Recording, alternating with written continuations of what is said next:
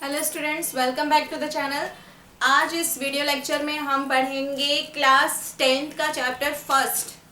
Previous video में मैंने आपको बताया था लाइफ प्रोसेस, ठीक है, बायोलॉजी का लाइफ प्रोसेस की डेफिनेशन मैंने आपको बताई थी और शायद मैंने मेटाबॉलिज्म के बारे में थोड़ी बहुत चर्चा की होगी।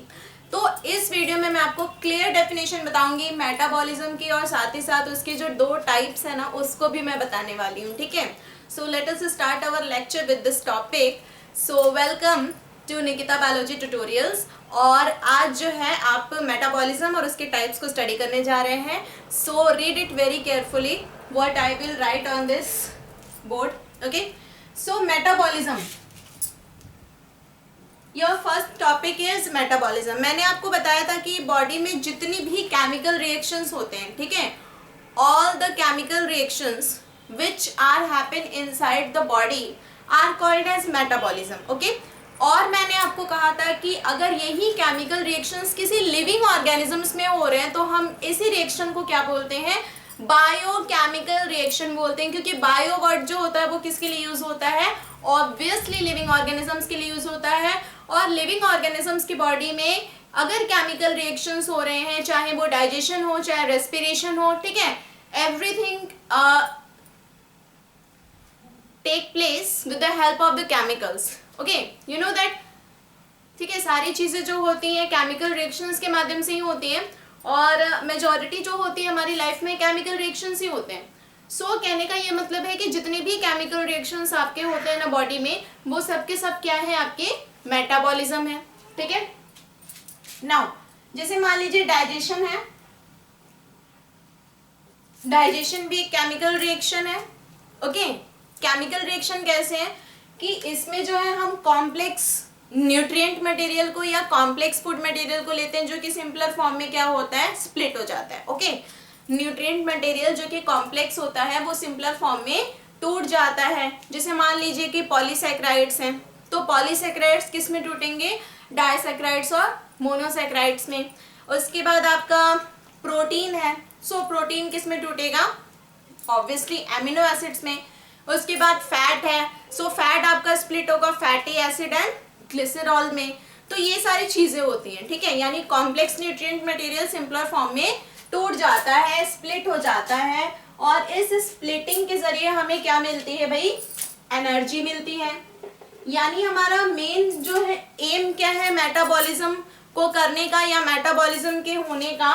मेटाबॉलिज्म क्यों होता है बॉडी में, ताकि आपकी बॉडी में क्या हो सके, एनर्जी का प्रोडक्शन हो सके। क्योंकि जब तक एनर्जी का प्रोडक्शन नहीं होगा हम अपनी डेली एक्टिविटीज कवर अप नहीं कर पाएंगे। बात समझ में आ गई। चलिए, सो मेटाबॉलिज्म की एक्चुअल डेफिनेशन यदि आपसे कोई पूछे तो आप क्या बताएंगे, द सम टोटल ऑफ, ठीक है, मैं यहाँ पे लिख दे रही हूँ, इसे मैं इरेज कर दे रही हूँ क्योंकि ये जो एग्जाम्पल्स हैं डाइजेशन और एक्सेट्रा जो भी एग्जाम्पल्स हैं ये हम पढ़ेंगे जब हम टाइप्स पढ़ेंगे। तो इसकी डेफिनेशन मैं यहाँ पे लिख दे रही हूँ, आप लोग भी नोट कर लीजिएगा। The sum total of all the biochemical reaction, all the biochemical reactions, comma, which are occur inside body are called as metabolism, are called as metabolism। यानी जितनी भी केमिकल रिएक्शंस लिविंग ऑर्गेनिजम्स की body में होती हैं, biochemical reactions, उसे हम क्या कहते हैं, मेटाबॉलिज्म। मेटाबॉलिज्म का मेन एम क्या होता है, इसके आगे लिख लीजिए, metabolism is essential for the production of energy in body। Okay, metabolism हमारे लिए क्यों एसेंशियल है, ताकि हमारी बॉडी में किसका प्रोडक्शन हो सके, एनर्जी का प्रोडक्शन हो सके। ओके, सो मेरे ख्याल से ये मेटाबॉलिज्म का पॉइंट क्लियर हो गया होगा। चलिए अब दूसरे टॉपिक को हम स्टडी करते हैं, that is types of metabolism. Metabolism actually में कितने प्रकार के होते हैं तो इसे हमें स्टडी करना है। सो वन बाय वन करके हम इसे स्टडी करेंगे। सो मेटाबॉलिज्म ना बच्चों दो प्रकार के होते हैं, ठीक है। There are two types of metabolism, पहला है एनाबॉलिज्म और दूसरा है कैटाबॉलिज्म। ओके, अब ये एनाबॉलिज्म और कैटाबॉलिज्म क्या होता है, तो इसके लिए मैं आपको दो वर्ड्स देती हूँ, उन दो वर्ड से हम इसे समझेंगे और इसकी डेफिनेशन बनाएंगे, ठीक है। पहला वर्ड जो मैंने एनाबॉलिज्म के लिए लिया हुआ है वो है सिंथेसाइज या सिंथेसिस हम कह सकते हैं। सिंथेसिस किसी चीज का निर्माण होना, ठीक है। और इसके लिए मैं दूसरा वर्ड ले रही हूं ब्रेक डाउन, यानी किसी चीज का टूटना। ओके, सो इससे कुछ दिमाग में आ रहा है, ऑब्वियसली आ रहा है।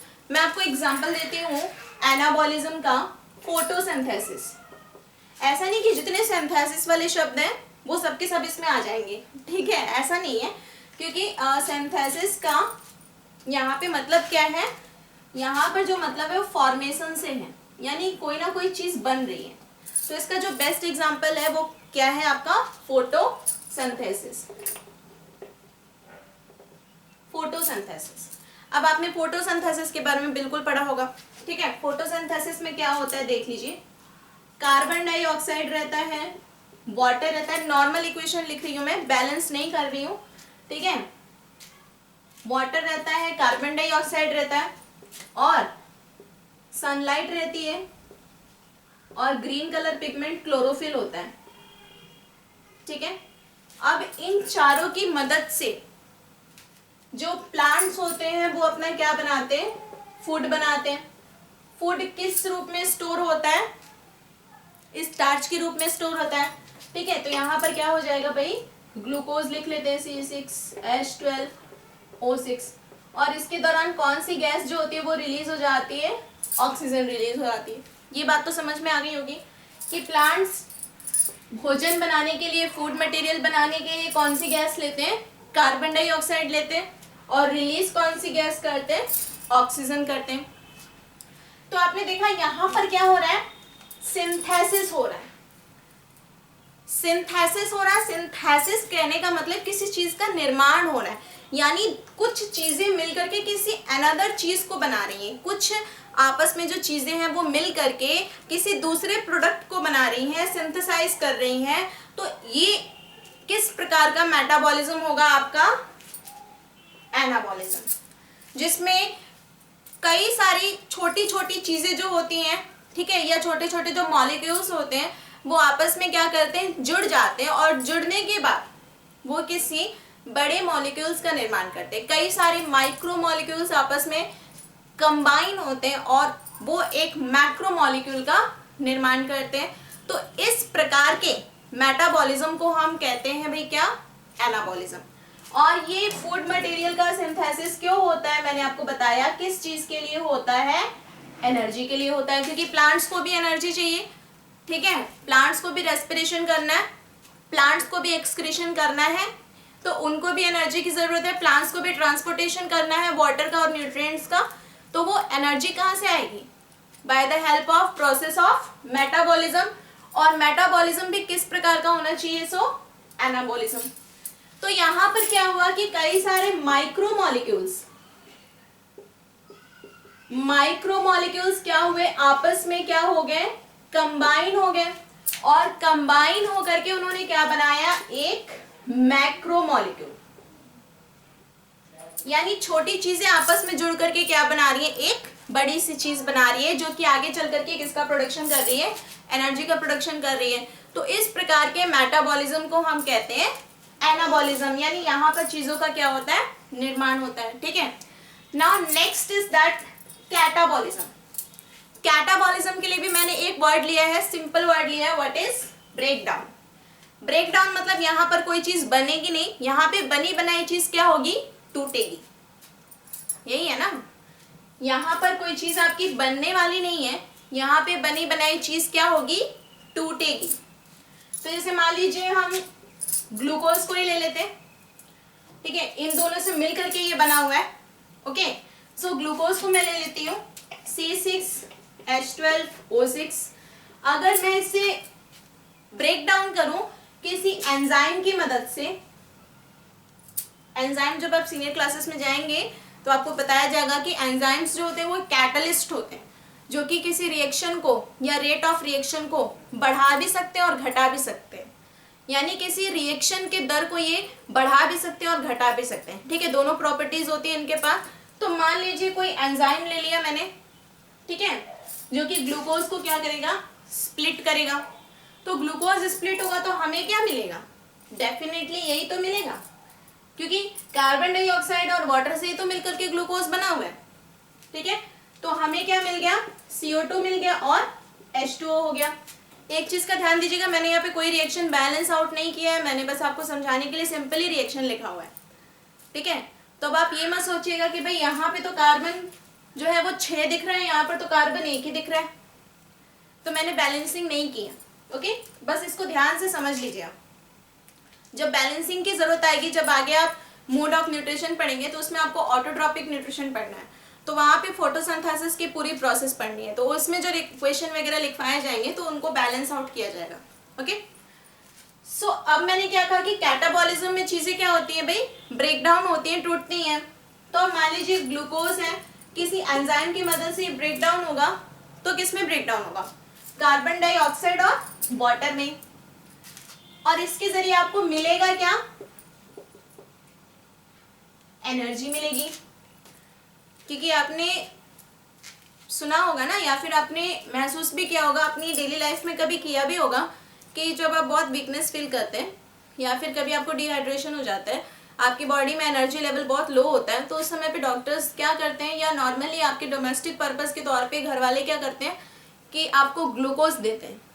ठीक है, ग्लूकोज जो आता है पैक आउट होकर के, ग्लूकोन डी, ठीक है, वो आपको पानी में मिला करके देते हैं ताकि आपकी एनर्जी लेवल वापस आ जाए। तो इसका मतलब आपकी बॉडी में भी कोई ना कोई मेटाबॉलिज्म प्रोसेस हो रहा है, एनर्जी के लिए दिया जाता है। ठीक है, तो वो कौन सा मेटाबॉलिज्म प्रोसेस होता है, ये किस टाइप का मेटाबॉलिज्म होता है, कैटाबॉलिज्म। यहाँ पर मैक्रोमोलिक्यूल, ठीक है, ये क्या हो गया हमारा, मैक्रोमोलिक्यूल स्प्लिट हो जाता है किसमें, माइक्रोमोलिक्यूल्स में। बात समझ में आ गई, ये दोनों अपोजिट है। पहले वाले में क्या हो रहा था, माइक्रोमोलिक्यूल्स यानी छोटे छोटे मॉलिक्यूल्स आपस में कंबाइन हो रहे थे और मिलकर के क्या बना रहे थे, एक मैक्रोमोलिक्यूल बना रहे थे, जिसके द्वारा हमें क्या मिल रही थी, एनर्जी मिल रही थी। अब वही मैक्रोमोलिक्यूल जो है वो क्या हो रहा है, स्प्लिट हो रहा है और माइक्रोमोलिक्यूल्स में कन्वर्ट हो जा रहा है, और माइक्रोमोलिक्यूल्स में भी जब कन्वर्ट हो रहा है तो भी हमें क्या मिल रही है, एनर्जी मिल रही है। इसका मतलब कि मेटाबॉलिज्म की जो प्रोसेस होती है वो किस लिए होती है, ताकि आपकी बॉडी में एनर्जी बनाई जा सके, एनर्जी का प्रोडक्शन किया जा सके। अब ये जो यहाँ पर मैंने लिखा, ग्लूकोज जो है किसी एंजाइम के माध्यम से टूट रहा है या कुछ भी हो रहा है, आपको एनर्जी मिल रही है, वैसे ही तो आप डाइजेशन करते हैं। डाइजेशन में भी कॉम्प्लेक्स न्यूट्रिएंट मटेरियल क्या होते हैं, सिंपलर फॉर्म में टूट जाते हैं हाइड्रोक्लोरिक एसिड की मदद से। अब जब सिंपलर फॉर्म में टूटते हैं, अच्छे से डाइजेस्ट होते हैं, तभी तो आपको एनर्जी मिलती है। तो यानी कैटाबॉलिज्म का एग्जांपल क्या हो जाएगा, डाइजेशन। ठीक है, अब दूसरी मैं बात बताऊं रेस्पिरेशन की। सो रेस्पिरेशन में भी सेम फिनोमेना होती है। रेस्पिरेशन की डेफिनेशन क्या है, the breaking down of nutrients in presence of oxygen are called respiration. यानी जो न्यूट्रिएंट मटेरियल्स आप लेते हैं फूड के तौर पे, वो जब छोटे छोटे फॉर्म में स्प्लिट हो जाते हैं, किसकी प्रेजेंस में या किसकी उपस्थिति में, ऑक्सीजन के प्रेजेंस में, तो उसी को हम क्या कहते हैं, रेस्पिरेशन कहते हैं। यानी रेस्पिरेशन भी किस में हेल्प कर रहा है भाई, स्प्लिटिंग में हेल्प कर रहा है। तो कैटाबॉलिज्म का एग्जाम्पल क्या हो जाएगा, रेस्पिरेशन भी हो जाएगा। ठीक है, और एनाबॉलिज्म का एग्जाम्पल क्या हो गया था हमारा, फोटोसिंथेसिस हो गया था। तो ये सारी चीजें हैं, ये सारी चीजें मुझे आपसे डिस्कस करनी थी। एक बार फिर से देख लीजिए, मेटाबॉलिज्म आपको पता चल गया, क्या थी definition, the sum total of all the chemical reactions which are occur inside the body, and metabolism is essential for the production of energy inside body. Okay, यानी जितने भी केमिकल रिएक्शंस हैं वो सब के सब क्या है, मेटाबॉलिज्म है। मेटाबॉलिज्म क्यों होना चाहिए, ताकि बॉडी में क्या हो सके, एनर्जी प्रोड्यूस हो सके। एनर्जी प्रोड्यूस होगी तभी हम अपनी डेली रूटीन को कवर अप कर सकते हैं। उसके बाद मेटाबॉलिज्म के टाइप्स कितने हैं? सो 2 टाइप्स हैं। पहला एना है, दूसरा कैटाबॉलिज्म है। एनाबॉलिज्म के लिए मैंने स्पेसिफिक वर्ड लिया सिंथेसिस, यानी यहाँ पर जो है कई सारे माइक्रोमोलिक्यूल्स आपस में कंबाइन होकर के बनाते हैं एक मैक्रोमोलिक्यूल, और वो मैक्रोमोलिक्यूल क्या करता है? एनर्जी प्रोड्यूस करता है उस पर्टिकुलर लिविंग ऑर्गेनिज्म के अंदर। वहीं पे मैंने कैटाबॉलिज्म के लिए एक स्पेसिफिक वर्ड लिया, बहुत ही सिंपल, दैट इज ब्रेकडाउन। यहाँ पे कई सारे मैक्रोमोलिक्यूल स्प्लिट होकर के माइक्रोमोलिक्यूल्स में कन्वर्ट होते हैं, और ये माइक्रोमोलिक्यूल्स क्या करते हैं? ये भी एनर्जी का प्रोडक्शन करते हैं। यानी दोनों टाइप्स के मेटाबॉलिज्म में भाई प्रोडक्शन किसका हो रहा है? एनर्जी का हो रहा है। तो इसका मतलब चाहे एनाबॉलिज्म हो चाहे कैटाबॉलिज्म हो, दोनों को तो एक साथ हम मेटाबॉलिज्म ही कहते हैं, क्योंकि दोनों इसी के टाइप हैं। तो मेटाबॉलिज्म का मेन जो एम है या एसेंशियल किस लिए होता है? प्रोडक्शन ऑफ एनर्जी के लिए होता है। दूसरी चीज, आपके एनाबॉलिज्म का एग्जांपल क्या हो सकता है? That is photosynthesis.